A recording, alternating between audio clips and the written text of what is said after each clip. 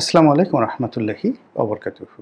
সম্মানিত দর্শক, বাংলাদেশের পত্রপত্রিকার একটা অংশ যারা ভারত বিদ্বেষী, তারা প্রায়ই যে খবরটি চাউর করার চেষ্টা করেন সেটি হলো বাংলাদেশের সঙ্গে ভারতের একটা বন্দি বিনিময় চুক্তি রয়েছে। সেক্ষেত্রে বাংলাদেশের কোনো আদালতে যদি কোনো আসামি সাজাপ্রাপ্ত হন বা বিচার কার্যে যদি প্রয়োজন হয়, সেক্ষেত্রে ভারতে যদি কেউ পালিয়ে থাকে বা ভারতে কেউ যদি আশ্রয় নেয়, তাহলে সেই ধরনের আসামিকে বাংলাদেশে প্রত্যাবর্তন বা বাংলাদেশে ফেরত দেওয়ার জন্য ভারত সরকার বাধ্য। তো সেই দিক থেকে যেহেতু শেখ হাসিনার বিচার চলছে এবং সর্বোচ্চ হাইকোর্টের একটি বেঞ্চ এখানে তৈরি করা হয়েছে, সর্বোচ্চ আদালতের একটি বেঞ্চ, এবং সেখানে বিচার হচ্ছে। কাজে এই বিচারের রায় হয়ে যাওয়ার পরে বা বিচার চলাকালীন সময়ে সরকার শেখ হাসিনাকে বাংলাদেশে ফেরত পাঠানোর জন্য একটা ভার্বাল নোটিশ পাঠিয়েছে। এটা ছিল পুরনো খবর। তো এগুলো নিয়ে প্রায় কথাবার্তা হচ্ছে, কখনো পক্ষে কখনো বিপক্ষে। যারা আওয়ামী লীগের লোকজন তারা বলার চেষ্টা করছেন যে দুনিয়া উল্টে গেলেও ভারত কখনো শেখ হাসিনাকে দেবে না, বরং শেখ হাসিনাকে বাংলাদেশে তারা পাঠাবে প্রধানমন্ত্রীর রূপে। এবং আমরা যে কথাগুলো শুনে আসছিলাম বিভিন্ন জনের মুখে, এই ধরনের কথাবার্তা, ভয়ঙ্কর কথাবার্তা, যে ভারত বাংলাদেশের সীমান্ত দিয়ে শেখ হাসিনাকে পুশিন করবে এবং তার সঙ্গে সঙ্গে ইনসার্জেন্সি চালাবে, এরকম নানা রকম ভীতিকর অবস্থা। তো এই একই কথা আমরা যেভাবে চিন্তা করেছি বা বলেছি বা আমাদেরকে যেভাবে ভয় দেখানো হয়েছে, তার চাইতেও ভীতিকর অবস্থায় ডক্টর মোহাম্মদ ইউনূস এবছর অর্থাৎ কয়েকদিন আগে তিনি যে জাতিসংঘ সফরে গেলেন, সেখানে বসে তিনি একটি সাক্ষাৎকারে শেখ হাসিনা সম্পর্কে ভারতের মনোভাব বললেন, যে ভারত এখনও চিন্তা করছে বা ভাবছে যে শেখ হাসিনা এখনও বাংলাদেশের প্রধানমন্ত্রী, অথবা শেখ হাসিনাকে প্রধানমন্ত্রীর রূপে বাংলাদেশের ক্ষমতায় তারা প্রতিষ্ঠিত করবে, এরকম একটা মনোভাব ভারতের রয়েছে। তো যেখানে ডক্টর মোহাম্মদ ইউনূসের নিজের মুখের বক্তব্য এরকম হয়, সেক্ষেত্রে আওয়ামী লীগের লোকজন আরও কয়েক দফা এগিয়ে তো নানা কথা বলতে পারে। প্রথম দিকে যেমন তিনি পদত্যাগ করেছেন, এটা সবাই বিশ্বাস করেছিল।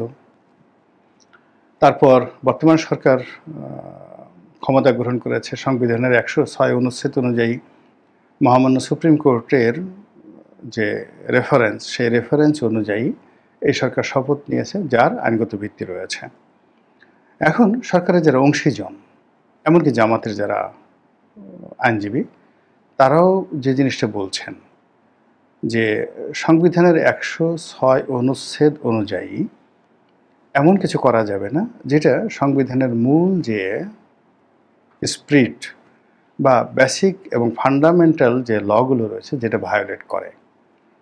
তো সেখানে একজন প্রধানমন্ত্রীর বাংলাদেশ থেকে চলে যাওয়া, পালিয়ে যাওয়া, আবার একজন প্রধানমন্ত্রীর পদে নিয়োগ দেওয়া, এটা রাষ্ট্রপতির ইচ্ছাধীন বা রাষ্ট্রপতির যে ডিজায়ার অনুযায়ী সুপ্রিম কোর্টের মতামত চাওয়া এবং সেই মতামত অনুযায়ী রাষ্ট্রপতির সিদ্ধান্ত নেওয়ার এই ক্ষমতা, এটি সংবিধান অনুমোদন করে না। এটা জামাতের লোকজন থেকে শুরু করে বিএনপি লোকজনও বলার চেষ্টা করছে, কিন্তু প্রথম দিকে কিন্তু সবাই 106 অনুচ্ছেদ নিয়ে কিন্তু তারা লাফালাফি করেছিল। গেল এটা। দ্বিতীয়ত হলো যে যখন বলা হলো যে ভালো কথা, 106 অনুচ্ছেদে যে রায় দেওয়া হয়েছে, সে রায়ের কপি কোথায়, রেফারেন্স কি? পরবর্তীতে যখন আমরা জানতে পারলাম যে বাংলাদেশে যে ক্রাইসিস মোমেন্ট, যে সময়টাতে 106 অনুচ্ছেদের রায়ের তারিখ বলা হচ্ছে, ঠিক সেই সময়টিতে সুপ্রিম কোর্টের যিনি প্রধান বিচারপতি, যার নেতৃত্বে এটা হয়ে থাকে, তো তিনি তো ক্যান্টনমেন্টে ছিলেন, আশ্রিত ছিলেন, এবং তার সঙ্গে আরও একজন বিচারপতি এনায়েতুর রহিম, তিনিও ক্যান্টনমেন্টে ছিলেন। তো ক্যান্টনমেন্টে থেকে তারা কিভাবে সুপ্রিম কোর্ট বসালেন, কিভাবে সমস্ত অ্যাপিলেট ডিভিশনের যারা বিচারপতি আছেন তাদেরকে ডেকে বা তাদের সঙ্গে বসে এরকম একটা সিদ্ধান্ত নিলেন, সেখানে সাবমিশন করলো কারা, উকিল কারা, পক্ষে কারা, বিপক্ষে কারা, রাষ্ট্রপক্ষে কারা, অ্যাটর্নি জেনারেল কী বললেন, সেই রায়ের কপি কোথায়, রেফারেন্স কোথায়, এই সব নিয়ে যত বেশি ঘাটাঘাটি করা হচ্ছে, তত বেশি দুর্গন্ধ, অশান্তি, ভয় এবং আতঙ্ক ছড়িয়ে পড়ছে। আর এর সাথে পাল্লা দিয়ে বিভিন্ন উপদেষ্টাদের সেফ এক্সিট, পালিয়ে যাওয়া, আখের গোছানো, ভবিষ্যৎ কী হবে, কোথায় যাবেন, কী হবেন, এ সকল হাহাকার ক্রমশ বেড়ে যাচ্ছে। এই গেল 106 অনুচ্ছেদ নিয়ে। দ্বিতীয় যে বিষয়টি সেটি হলো শেখ হাসিনা পদত্যাগ করেছেন। তো সেই পদত্যাগপত্র পাওয়ার পরেই তো এই ঘটনা ঘটেছে। ভালো কথা, আমরা সবাই বিশ্বাস করেছি, প্রশ্ন করিনি। কিন্তু রাষ্ট্রপতি যখন বললেন যে দুটো বিষয়, যে শেখ হাসিনা চলে গেলেন, আমার কাছে একবার বলেও গেলেন না, দেখা করা ধরেন তার পক্ষে সম্ভব ছিল না, কিন্তু একটা টেলিফোন তো করতে পারতেন, তিনি সেটা করেননি। 2 নম্বর হলো যে সবাই বলছে শেখ হাসিনা পদত্যাগ করেছে, তো সেই পদত্যাগ তো আমার কাছে করবে, আমার কাছে তো এ ধরনের কোনো নথিপত্র নেই। এই জন্য তিনি ক্যাবিনেট ডিভিশনকে জিজ্ঞাসা করেছেন যে সেই পদত্যাগপত্রে কই, এখন পর্যন্ত তার কোনো সুরাহা হয়নি। যখন কোনো সুরাহা হয়নি তখন নানা রকম গুজব ছড়ানো হচ্ছে, নানা রকম কথাবার্তা বলা হচ্ছে। সেই কথাবার্তা হলো যে শেখ হাসিনা পদত্যাগ করেছেন, সেনাপ্রধানের সামনে করেছেন, বা অমুকের মাধ্যমে করেছেন, এই কয়টার সময় করেছেন, এটা এখানে দিয়েছেন, এখানে দিয়েছেন। কিন্তু আলটিমেটলি এটা তো একটা নথি থাকতে হবে, সেই নথি পাওয়া যাচ্ছে না। দুটো কারণ এখানে হতে পারে, যে শেখ হাসিনা সত্যিই পদত্যাগ করেছেন, পদত্যাগপত্র তিনি যাকে বলা হয় গণভবনে রেখে গেছেন, কিন্তু গণভবন যেভাবে তছনছ হয়েছে সঙ্গে সঙ্গে, অর্থাৎ শেখ হাসিনা ধরেন পদত্যাগপত্র সাইন করেছেন, সাইন করে তো ধরেন কারো কাছে দেবে, যে এটা তুমি রাষ্ট্রপতির কাছে দিবে অথবা রাষ্ট্রপতির কাছে পাঠাবে, কিন্তু শেখ হাসিনার পদত্যাগপত্র সাইন করা, হেলিকপ্টারে ওঠা এবং গণভবনের দরজা খুলে যাওয়া, হাজার হাজার মানুষ গণভবনের মধ্যে প্রবেশ করা, এই সময়ের মধ্যে গণভবনে অস্ত্র লুট হয়েছে, টাকা লুট হয়েছে, সব কিছু লুট হয়েছে। কাজেই পদত্যাগ যদি তিনি করেও থাকেন, সেটি নেই, কপি নেই, এটা একটা হতে পারে। দ্বিতীয়ত হলো শেখ হাসিনা প্রথম দিকে বা আওয়ামী লীগের লোকজন প্রথম দিকে স্বীকার করেছিল যে তিনি পদত্যাগ করেছেন, কিন্তু এখন যখন রাষ্ট্রপতি বলছেন বা কোনো ফাইল খুঁজে পাওয়া যাচ্ছে না, তখন তারা চোখ উল্টিয়ে ফেলছেন। চোখ উল্টিয়ে ফেলে তারা বলার চেষ্টা করেছেন যে শেখ হাসিনা পদত্যাগ করেনি, তিনি এখন পর্যন্ত বৈধ প্রধানমন্ত্রী। ফলে বোঝার চেষ্টা করুন যে শেখ হাসিনাকে নিয়ে কী ধরনের ঝামেলা হচ্ছে, তার পদত্যাগ নিয়ে এবং তার ভারত যাওয়া নিয়ে, এবং ভারত যাওয়া নিয়ে আরও মহা কেলেঙ্কারি। কেউ বলে পালিয়ে গেছেন, অনেকে বলার চেষ্টা করলেন পালালেন কিভাবে, তিনি তো সবার সামনে সামরিক হেলিকপ্টারে, আর্মিদের হেলিকপ্টারে, আর্মিদের তত্ত্বাবধানে তিনি সেখানে গেছেন পুরো রাষ্ট্রীয় প্রোটোকল নিয়ে, এবং বাংলাদেশের প্রোটোকল পরিপূর্ণ প্রোটোকল সহকারে একজন প্রধানমন্ত্রীর প্রোটোকল দিয়ে তাকে ভারত সরকারের কাছে হস্তান্তর করা হয়েছে। ভারত সরকারও তাকে গ্রহণ করেছে অ্যাজ এ প্রাইম মিনিস্টার হিসেবে, তাকে তো কোনো সাধারণ নাগরিক হিসেবে গ্রহণ করেননি। Prime minister on visit or prime minister on exile, what ever maybe. তো এই যে ঝামেলাগুলো শুরু হয়ে গেছে, এই ঝামেলাগুলো কিন্তু শেষ হচ্ছে না। তো এরই মধ্যে যখন খবর আসছে, বিভিন্ন জায়গাতে খবর আসছে যে শেখ হাসিনাকে প্রত্যাবর্তন করা হবে, শেখ হাসিনা টুস করে ঢুকে পড়বেন, তারপরে শেখ হাসিনাকে বাংলাদেশে ফেরত পাঠাতে হবে, হোয়াট এভার মেবি, যাই হচ্ছে সবই কিন্তু শাসক মহলে আতঙ্ক তৈরি করছে। এর কারণ হলো যারা আইনশৃঙ্খলার দায়িত্বে নিয়োজিত তারা খুব ভালো করে জানেন যে গোপালগঞ্জের একটা ছোট্ট ঘটনাকে তারা সামাল দিতে পারেননি। এমনকি একটা গার্মেন্টসে যখন গাজীপুর বা সাভারে সেখানে শ্রমিকরা বিদ্রোহ করে, সেখানে আইনশৃঙ্খলা রক্ষাকারী বাহিনী এখন পর্যন্ত কোনো একটা বিষয় শক্তি প্রয়োগ করে দমন করতে পেরেছেন, সিঙ্গেল উদাহরণ গত 12-14 মাসে ঘটেনি।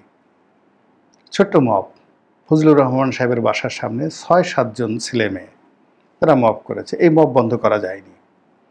ছোট্ট একটা মারামারি, গণ অধিকার পরিষদ ভার্সেস জাতীয় পার্টি, সেই মারামারিটার একটা সুন্দর নিষ্পত্তি আইনশৃঙ্খলা রক্ষাকারী বাহিনী করতে পারেনি।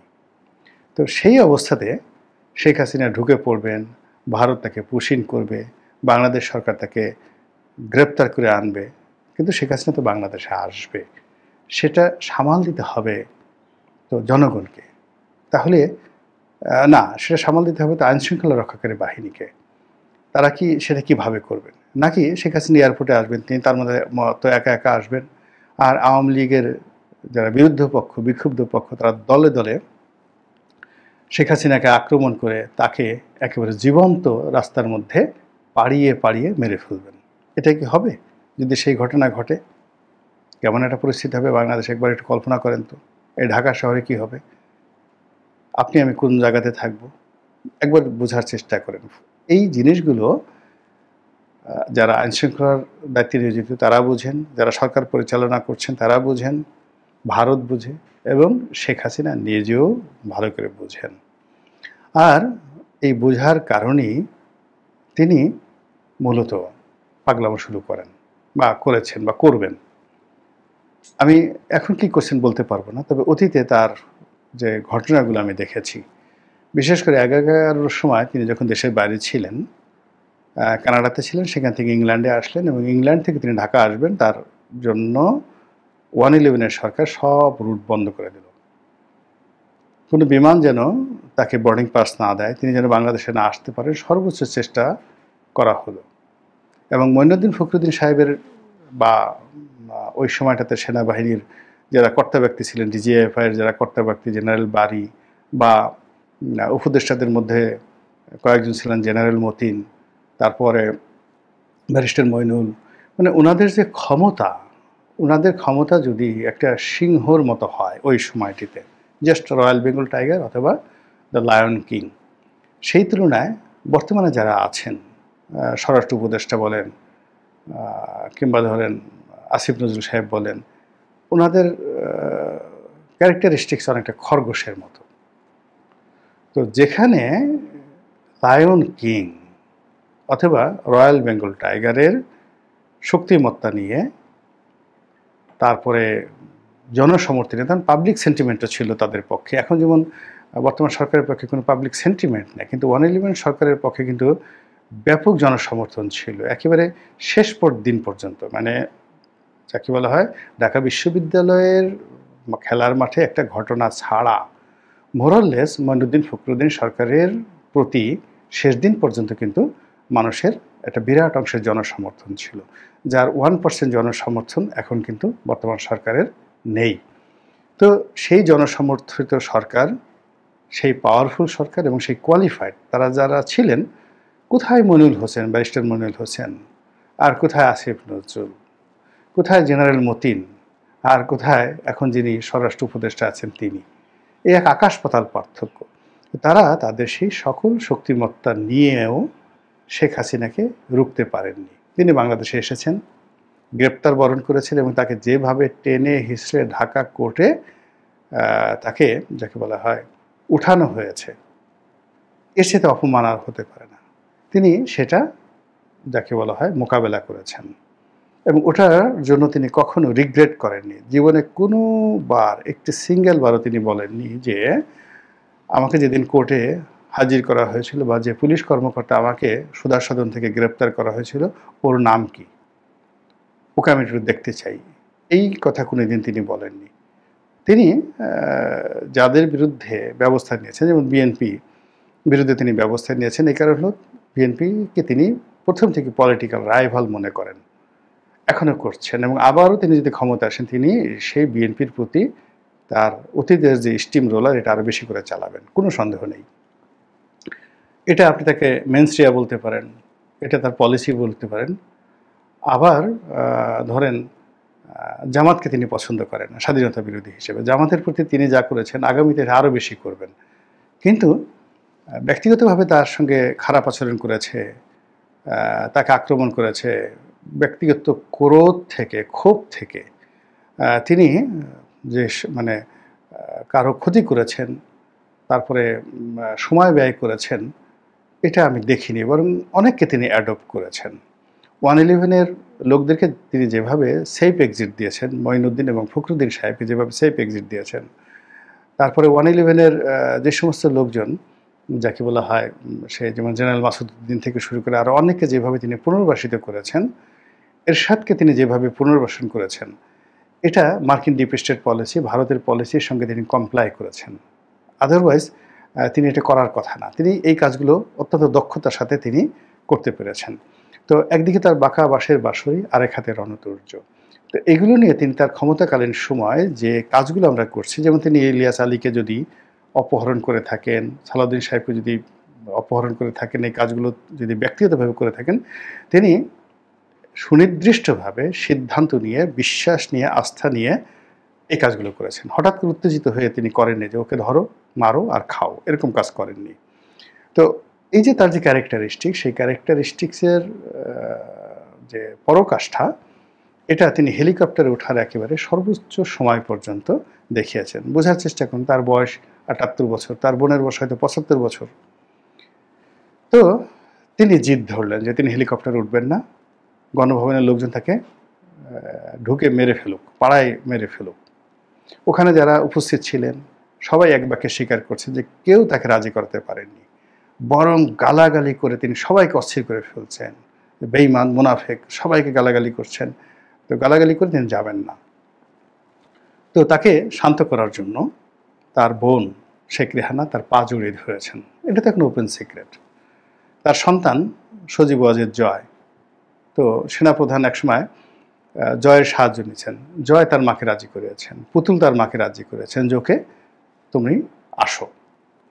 তারপরে তিনি এই পারিবারিক প্রেসারে বলতে গেলে তিনি নরম হয়েছেন, কিন্তু শেষ সময় পর্যন্ত কিন্তু তিনি জিদ করেছিলেন যে আমি গণভবন ছেড়ে মরে গেলেও যাব না, গণভবন খুলে দাও, ওরা এসে আমাকে মেরে ফেলুক। বোঝার চেষ্টা করুন, it's not a simple thing. এটা সাধারণ ঘটনা না। এবং একই ঘটনা কিন্তু বঙ্গবন্ধুর ক্ষেত্রে ঘটেছে। আপনি যে বঙ্গবন্ধুর যারা গুলি করেছিল তাদের ইতিহাস দেখেন, যে তারা যখন বঙ্গবন্ধু ভবন আক্রমণ করলো, ৩২ নম্বর আক্রমণ করলো, তখন সবাই সেখানে যে কারণে হোক না কেন, শেখ কামাল, শেখ জামাল পরিবারের সবাইকে মেরে ফেললো, খালি বঙ্গবন্ধুকে মারা হয়নি। তো বঙ্গবন্ধু জানেন যে পরিবারের সবাইকে মেরে ফেলা হয়েছে। সেই অবস্থাতে তিনি পাইপ ধরালেন, সিগারেট ধরালেন। সেই পাইপ টানতে টানতে তিনি সিঁড়িতে নামলেন।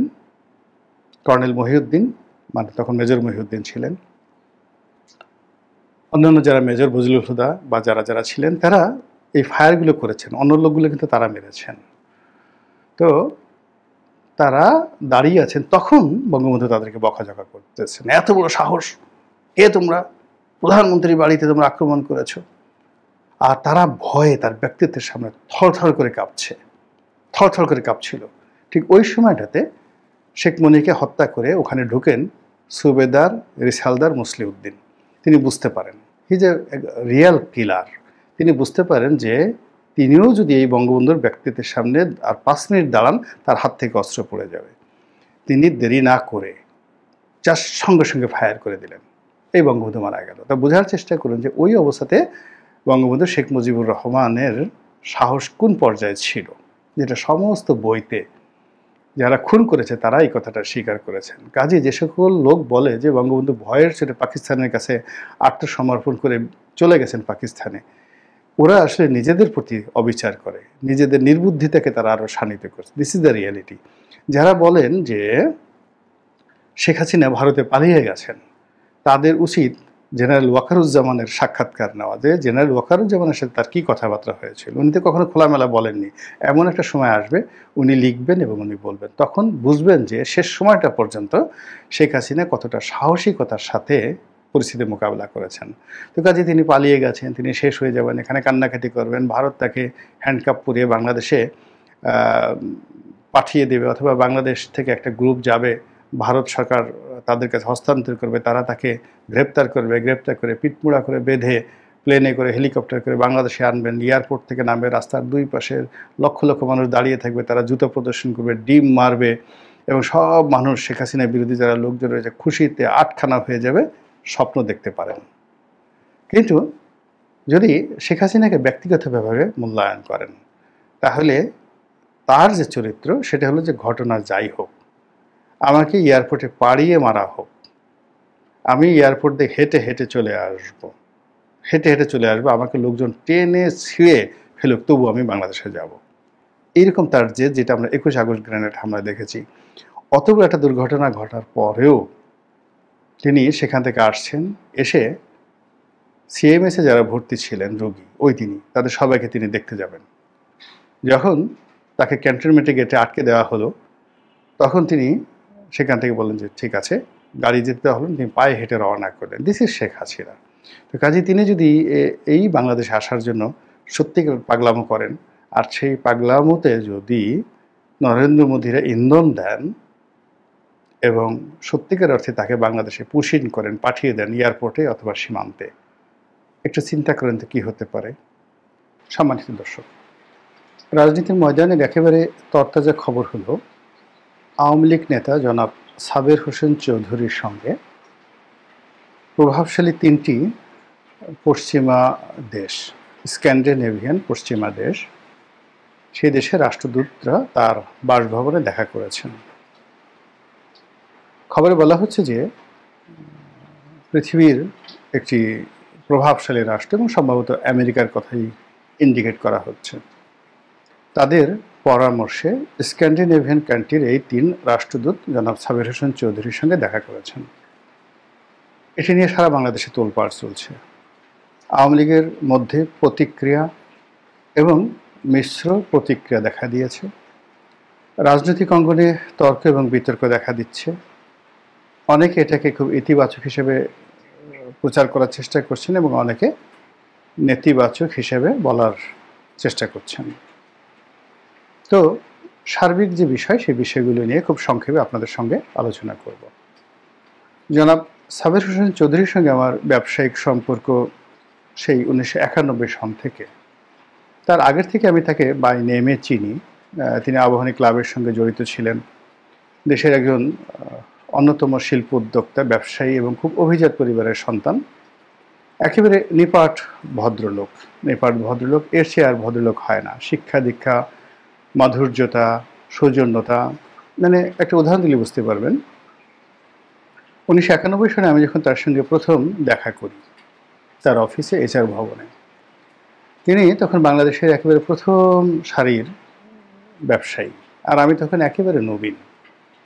তো উনি আমাকে অ্যাপয়েন্টমেন্ট দিলেন এবং যখন আমাকে রিসিভ করলেন, ওনার সেই দরজার বাইরে এসে রিসিভ করলেন এবং বৈঠক শেষে আবার আমাকে একেবারে লিফট পর্যন্ত এগিয়ে দিলেন।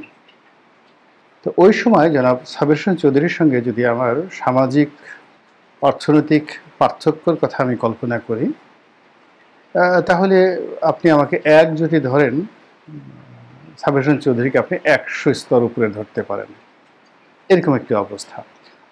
অথবা মানে একেবারে বয়সের তরুণ, নতুন ব্যবসা শুরু করেছি, সাকল্যে আমার তখন 10 লাখ টাকারও চালান নেই, আর তখন তিনি ওই আমলে 91 সনে 1000 কোটি টাকার মালিক। বোঝার চেষ্টা করুন। তো এই ছিল তাদের আর বিনয় এবং ভদ্রতা। পরবর্তীতে তিনি রাজনীতিতে আসলেন, ভালো করলেন, আওয়ামী লীগ সরকারের প্রথম দফায় মন্ত্রী হলেন। 11-র সময় যে কোনো কারণই হোক না কেন, শেখ হাসিনার সঙ্গে তার একটা সম্পর্ক খারাপ হয়ে যায়। কিন্তু কোনোদিন জনাব সাবের হোসেন চৌধুরী একটি শব্দ করেননি আওয়ামী লীগের বিরুদ্ধে। বরং দলের অনেকে তুচ্ছ করেছে, তাচ্ছিল্য করেছে। হয়তো দলীয় প্রধানের পক্ষ থেকেও অনেক নেতিবাচক কথাবার্তা বলা হতো, কিন্তু তিনি কখনোই সেটা রিয়াকশন দেখাতেন না। তার এই ভদ্রতা আমাকে বিমোহিত করত। কর্মজীবনে, ব্যবসায়িক জীবনে কারোর সাথে এরকম দ্বন্দ্ব, সংঘাত, মামলা, মোকদ্দমা, হাস্তা নাস্তা যা কিছু রয়েছে, এটা কখনোই তার মধ্যে সেটা ছিল না।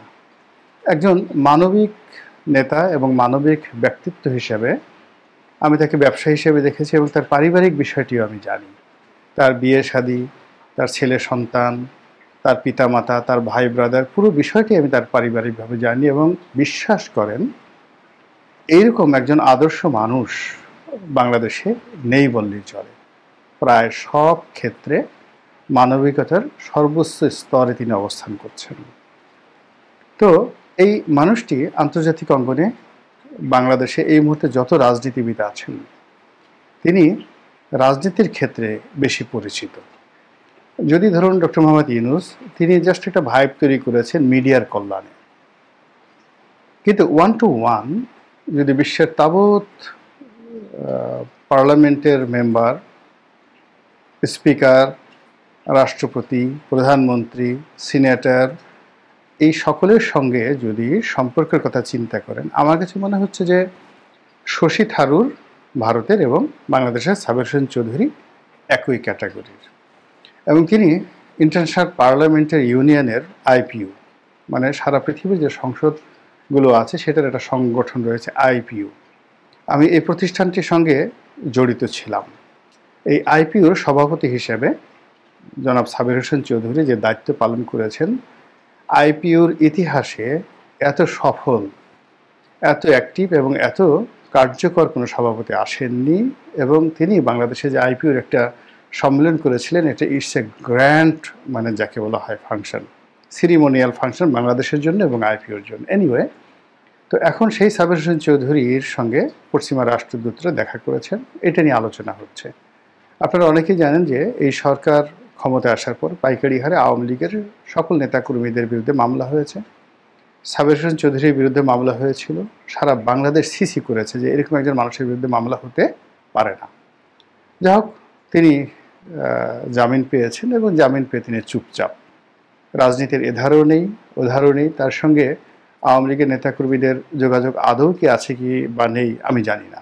শেখ হাসিনার সঙ্গে তার এমন সম্পর্ক ছিল একটা সময় যখন তিনি সাংগঠনিক সম্পাদক ছিলেন, তার পলিটিক্যাল সেক্রেটারি ছিলেন, তখন শেখ হাসিনা আসলে সাবের হোসেন চৌধুরী ছাড়া কাউকে বুঝতেন না।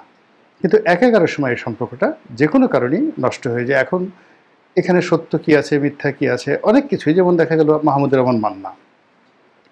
তো ওনার ধারণা, শেখ হাসিনার ধারণা যে মান্না সাহেব একাগারোর সঙ্গে জড়িত ছিলেন। কিন্তু আমি মান্না ভাইয়ের সঙ্গে খুব একান্ত আলোচনা করেছি এবং পরবর্তীতে ওনার সঙ্গে, মান্না ভাইয়ের সঙ্গে আমার যে সম্পর্ক, আমি জাস্টিফাই করার চেষ্টা করেছি আসলে এই ভদ্রলোক জড়িত ছিলেন কি না। জিরো। মানে তিনি এখনও জানেন না যে শেখ হাসিনা কেন তাকে অপছন্দ করেন, টিল নাও, মাহমুদুর রহমান মান্না। তো এরকম আসলে রাজনীতিতে অনেক সময় মারাত্মক ভুল হয়ে যায়, ভুল বোঝাবুঝি হয়। হয়তো সে কারণে সাবের হোসেন চৌধুরীর সঙ্গে শেখ হাসিনার যে দূরত্ব, এটা শেখ হাসিনা ভালো বলতে পারবেন আর সাবের হোসেন চৌধুরী ভালো বলতে পারবেন। কিন্তু একেবারে শেখ হাসিনার শেষ জমানাতে তাকে মন্ত্রীর পদমর্যাদা দেওয়া হয়েছিল এবং জলবায়ু সংক্রান্ত যে মিনিস্ট্রি রয়েছে, এই মিনিস্ট্রির দায়িত্বপ্রাপ্ত ছিলেন, যেহেতু আন্তর্জাতিক অঙ্গনে দীর্ঘদিন ধরে তিনি এই জলবায়ু নিয়ে কাজকর্ম করছিলেন। তো সেই সাবের হোসেন চৌধুরীর সঙ্গে এই মুহূর্তে যে দেখা সাক্ষাৎ হচ্ছে, তার আগে সেই যখন আওয়ামী লীগের পতন হলো, তখনই আরেকটা 111, আরেকটা 211 এই ধরনের কথাবার্তা হচ্ছিল, আরেকটা সংস্কার, আরেকটা 1-11, আরেকটা -2, এই কথাবার্তা হচ্ছিল 2024 সনের সেপ্টেম্বর অক্টোবর মাস। এবং ঠিক সেই সময়টাতেও সাবের হোসেন চৌধুরীর নাম কিন্তু সবাই বলছিলেন যে একটি রিফাইন্ড আওয়ামী লীগ, পরিশুদ্ধ আওয়ামী লীগ গঠিত হবে এবং যার নেতৃত্বে থাকবেন সাবের হোসেন চৌধুরী, সেলিনা হায়াত আইভী, সাবেক রাষ্ট্রপতি আব্দুল হামিদ, এরকম নাম আসছিল। কিন্তু পরবর্তীতে আবার এগুলো সব ফিকে হয়ে যায়। রাষ্ট্রপতি আব্দুল হামিদ সাহেব অসুস্থ হয়ে পড়েন, সেলিনা হায়াত আইভী তিনি জেলে চলে যান, সাবের হোসেন চৌধুরীর বিরুদ্ধে মামলা হয়। তখন আসলে এই কথাটা আর মানে যাকে বলা হয় এগোয়নি। পরবর্তীতে আসিফ নজরুল সাহেব একবার বলেছিলেন যে রিকনসিলিয়েশন, অর্থাৎ আওয়ামী লীগের মতো একটা বৃহৎ শক্তিকে রাজনীতির বাইরে রাখা যাবে না। এই দলটিকে রিকনসিলিয়েশন করে বাংলাদেশের রাজনীতিতে একীভূত না করা পর্যন্ত রাজনীতির সমতা, সাম্যতা এবং ন্যায় বিচার নিশ্চিত হবে না। পরবর্তীতে যখন সবাই সমালোচনা করেছিলেন, তিনি সেখান থেকে সরে গিয়েছেন। আবার আওয়ামী লীগের সাধারণ ক্ষমা ঘোষণা করতে গিয়ে জামাতের আমির মারাত্মক বিপদের মধ্যে পড়েছিলেন এবং পরে তিনিও সেখান থেকে সরে গিয়েছেন। এখন বাংলাদেশের মূল ব্যাপার হলো যে আওয়ামী লীগ এবং তার সঙ্গে অন্যান্য যারা আছেন 14 দলীয় জোট, তাদের যে সার্বিক ভোট, এটা বাংলাদেশের টোটাল ভোটের অর্ধেক, যারা এখন এই রাজনীতি থেকে সম্পূর্ণ আলাদা, প্রাণ নিয়ে দৌড়াচ্ছেন। দ্বিতীয়ত, তাদের হাতে যে অর্থনীতি রয়েছে, সেই অর্থনীতি দেশের টোটাল জিডিপির 60%, অর্থাৎ ভোট কম করে হলেও 50% আওয়ামী লীগ, ওয়ার্কার্স পার্টি, জাতীয় পার্টি, তারপরে আওয়ামী লীগের সমমনা যে সকল ইসলামিক দল আছে, যেমন হেফাজতে ইসলাম, তাবলিগ, যারা যারা আওয়ামী লীগপন্থী, সব মিলিয়ে কম করে হলেও 50% লোক আছে। আর এখন যারা আছেন ইলেকশনের জন্য চেষ্টা করছেন, তারা বাকি 50%। এখন এই 50%-এর মধ্যে যে কামড়াকামড়ি হচ্ছে, প্রতিযোগিতা হচ্ছে, বিষোদ্গার হচ্ছে, এর ফলে যে অনার সৃষ্টি এবং শূন্যতা তৈরি হচ্ছে, এই শূন্যতার মধ্যে কোনো অবস্থায় একটা ভালো নির্বাচন হওয়া সম্ভব নয়। আর এই মুহূর্তে আমাদের জাতির স্ট্যাবিলিটি বা যা কিছু সব কিছুর জন্য আসলে একটা সুন্দর নির্বাচন, একটা গণতন্ত্র, এটা খুবই বেশি জরুরি। এছাড়া বিদেশি বিনিয়োগ, নতুন বিনিয়োগ, বাংলাদেশের কর্মসংস্থান, অর্থনীতির চাকা ঘোরা, সামাজিক সংহতি, এর কোনো কিছু সম্ভব নয়। আর সেই যে গণতন্ত্র এবং নির্বাচন, সেই নির্বাচন বর্তমান যে কাঠামো চলছে সেই কাঠামোতে যে সম্ভব নয়, এটা পশ্চিমারা খুব ভালো করে বুঝতে পারছেন। এর কারণ হলো বাংলাদেশে তাদের যে স্বার্থ রয়েছে, ব্যবসায়িক স্বার্থ, তার সঙ্গে সঙ্গে আরও অনেক কিছু, সেই স্বার্থ নিয়ে তারা যে ঝুঁকির মধ্যে পড়েছে। যেমন ধরুন আমেরিকান কোম্পানি শেভরন, তো শেভরনের বিশাল বিনিয়োগ আমাদের জ্বালানি সেক্টরে। সরকারের যে অবস্থা, শেভরন যদি বাংলাদেশে ব্যবসায় ফেল করে পুরো আমেরিকার শেয়ার মার্কেটে তারা দেউলিয়া হয়ে পড়বে। এভাবে আরও অনেক কিছু, আমি একটা কোম্পানির নাম বললাম। জাপানের একই অবস্থা, প্রচুর বিনিয়োগ রয়েছে। চীনেরও একই অবস্থা, ভারতের একই অবস্থা। তারা শেখ হাসিনার জমানা থেকে শুরু করে মানে গত 15 বছরে এই দেশের উন্নয়নের সঙ্গে দুই হাতে তারা বিনিয়োগ করেছে সব ক্ষেত্রে, এবং এখানে বিলিয়ন বিলিয়ন ডলার লেনা দেনা হয়েছে, পাওনা দেওয়া হয়েছে, বিনিয়োগ হয়েছে। সব মিলিয়ে বিদেশি কোম্পানিগুলো, বিদেশি রাষ্ট্রগুলো খুব বিপদে পড়েছে। ফলে এখানে একটা স্ট্যাবিলিটি দরকার রয়েছে। এখানে আমরা নানা রকম কথা বলছি, পাহাড়ের অশান্তির কথা বলছি, আমেরিকার বন্দর দখলের কথা বলছি, ওটা আর একটা পার্ট। কিন্তু এখানে একটা রাজনৈতিক স্থিতিশীলতা বা একটা কমান্ড, মানে সকলের উপরে, জনগণের উপরে একটা ধারাবাহিক কমান্ড করতে পারে, এরকম একটা রাজনৈতিক শক্তি দরকার। তো সেই রাজনৈতিক শক্তিটা বর্তমান প্রেক্ষাপটে বিএনপি বা জামাত, তারা বা এনসিপি, একেবারে অসম্ভব ব্যাপার। এটা পশ্চিমারা বুঝতে পেরেছেন, ডক্টর মোহাম্মদ ইউনূস বুঝতে পেরেছেন। এই জন্য আসলে পর্দার আড়ালে নানা রকম রিকনসিলিয়েশন হচ্ছে, নানা রকম কথাবার্তা হচ্ছে এবং নানা রকম গুজব হচ্ছে, এবং প্রায় সব ক্ষেত্রেই আওয়ামী লীগকে বাদ দিয়ে কোনো চিন্তা কেউ করছে না। এখন এখানে আওয়ামী লীগের ধরুন শেখ হাসিনা, শেখ পরিবার, আওয়ামী লীগের যারা দুর্নীতিবাজ, তাদের বিচার নিয়ে আসলে আওয়ামী লীগের মধ্যে দ্বিমত নেই, আপনারা বিচার করেন। কিন্তু শেখ হাসিনার বিষয়টা হলো, যেহেতু তিনি দলীয় প্রধান, বঙ্গবন্ধু কন্যা, তার ব্যাপারে দলের যারা লোকজন রয়েছে তাদের এক ধরনের আবেগ রয়েছে, শ্রদ্ধা রয়েছে, যেমন বেগম খালেদা জিয়া। এখন তার জনপ্রিয়তার কারণে আপনি আওয়ামী লীগ যত কথাই বলুক না কেন, সেই জিনিসগুলো বিশ্বাস করানো যায়নি। তিনি তার জায়গাতে আছেন। তো বেগম জিয়ার যে অবস্থা, আওয়ামী লীগের নেতাকর্মীদের কাছে শেখ হাসিনার অবস্থা একই।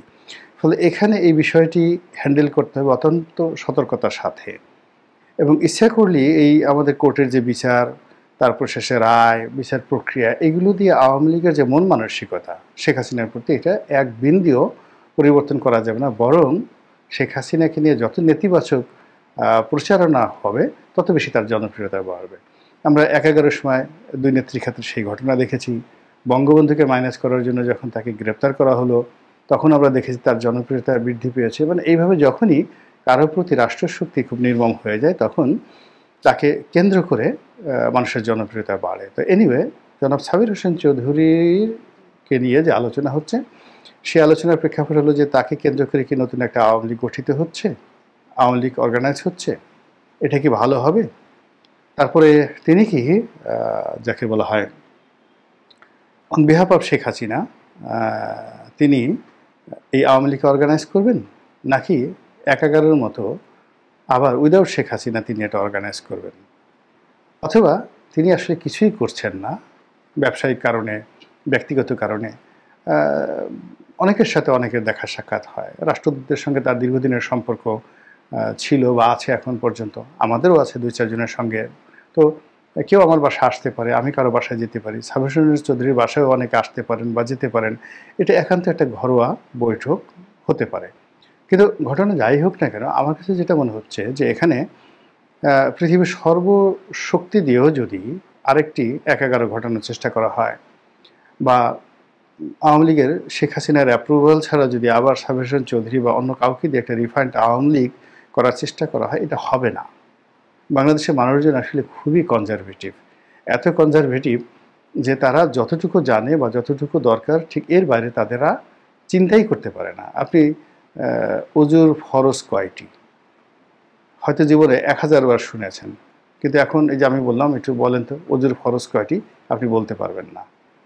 এরপরে দেখেন যুগ অনেক আধুনিক হয়ে গেছে, ছেলে ডাক্তার, মেয়ে ডাক্তার, বিয়ে দিলেন, ছেলে মেয়ে বাসর ঘরে যাচ্ছে, যাওয়ার পরে সেই ছেলেকে তার নানি বা দাদি তারা শিখিয়ে দিচ্ছে, এই স্ত্রীর হাত ধরার আগে তার কাছ থেকে মোহরানার টাকা যেটা আছে এটা মাপ চেয়ে নিও। তো একেবারে এই যুগে একদম আধুনিক একটা ছেলে মেয়ে তাদের বিয়ে হচ্ছে, বাসর হচ্ছে।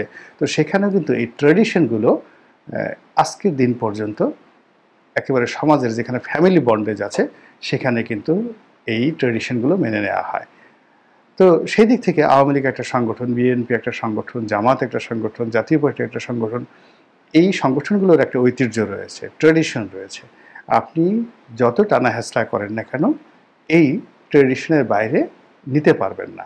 তো এক্ষেত্রে সাবির হোসেন চৌধুরী খুবই ভালো করবেন যদি ঠিক আওয়ামী লীগের ট্র্যাডিশন অনুযায়ী যে লাইন অফ কমান্ড বা চেইন অফ কমান্ড রয়েছে সেই দিক থেকে শেখ হাসিনার অ্যাপ্রুভাল থাকে, আওয়ামী লীগের হাইকমান্ডের অ্যাপ্রুভাল থাকে, নেতাকর্মীরা ঝাঁপিয়ে পড়বে। এবং সাবির হোসেন চৌধুরীর মতো একজন একেবারে সর্বজন শ্রদ্ধেয় ভালো মানুষের হাতে যদি এই আপৎকালীন সময়ে তিনি দলের হাল ধরেন, সেটা যেভাবেই ধরেন না কেন, সেটা সাধারণ সম্পাদক বা ভারপ্রাপ্ত সভাপতি যেভাবেই ধরেন না কেন, সৈয়দ আশরাফ সাহেব যেভাবে ভালো করেছিলেন বা জিলুর রহমান সাহেব যেভাবে ভালো করেছিলেন একাগারের সময়, বা খন্দকার দেলোয়ার যেভাবে ভালো করেছেন, আমি মনে করি বর্তমানে এই ক্রাইসিস মোমেন্টে সাবির হোসেন চৌধুরী তাদের সবার চাইতে ভালো করবেন। এবং তিনি এই এনসিপির যারা নতুন নেতৃত্ব রয়েছেন তাদের কাছে আপনজন হবেন। সালাউদ্দিন সাহেবদের সঙ্গে আলাপ আলোচনা করতে গেলেও সালাউদ্দিন সাহেব তার সাথে আলোচনা করে সম্মানিত বোধ করবেন। তারপরে জামাতের আমির যদি সাবির হোসেন চৌধুরীর সাথে বসেন, সেখানে একটা ভালো আলোচনা হবে, সব দিকে ভালো আলোচনা হবে। তো কাজেই আমি এই যাকে বলে সাবির হোসেন চৌধুরীকে নিয়ে যে আলাপ হচ্ছে, আলোচনা হচ্ছে, আমি এটাকে স্বাগত জানাচ্ছি যে এটা চলতে থাকুক, ভালো কিছু বের হয়ে আসুক এবং দেশে একটা শান্তি প্রতিষ্ঠিত হোক। মহান আল্লাহ আমাদের সবাইকে হেদায়েত এবং হেফাজত করুন। আসসালামু আলাইকুম ওয়া রাহমাতুল্লাহি ওয়া বারাকাতুহু।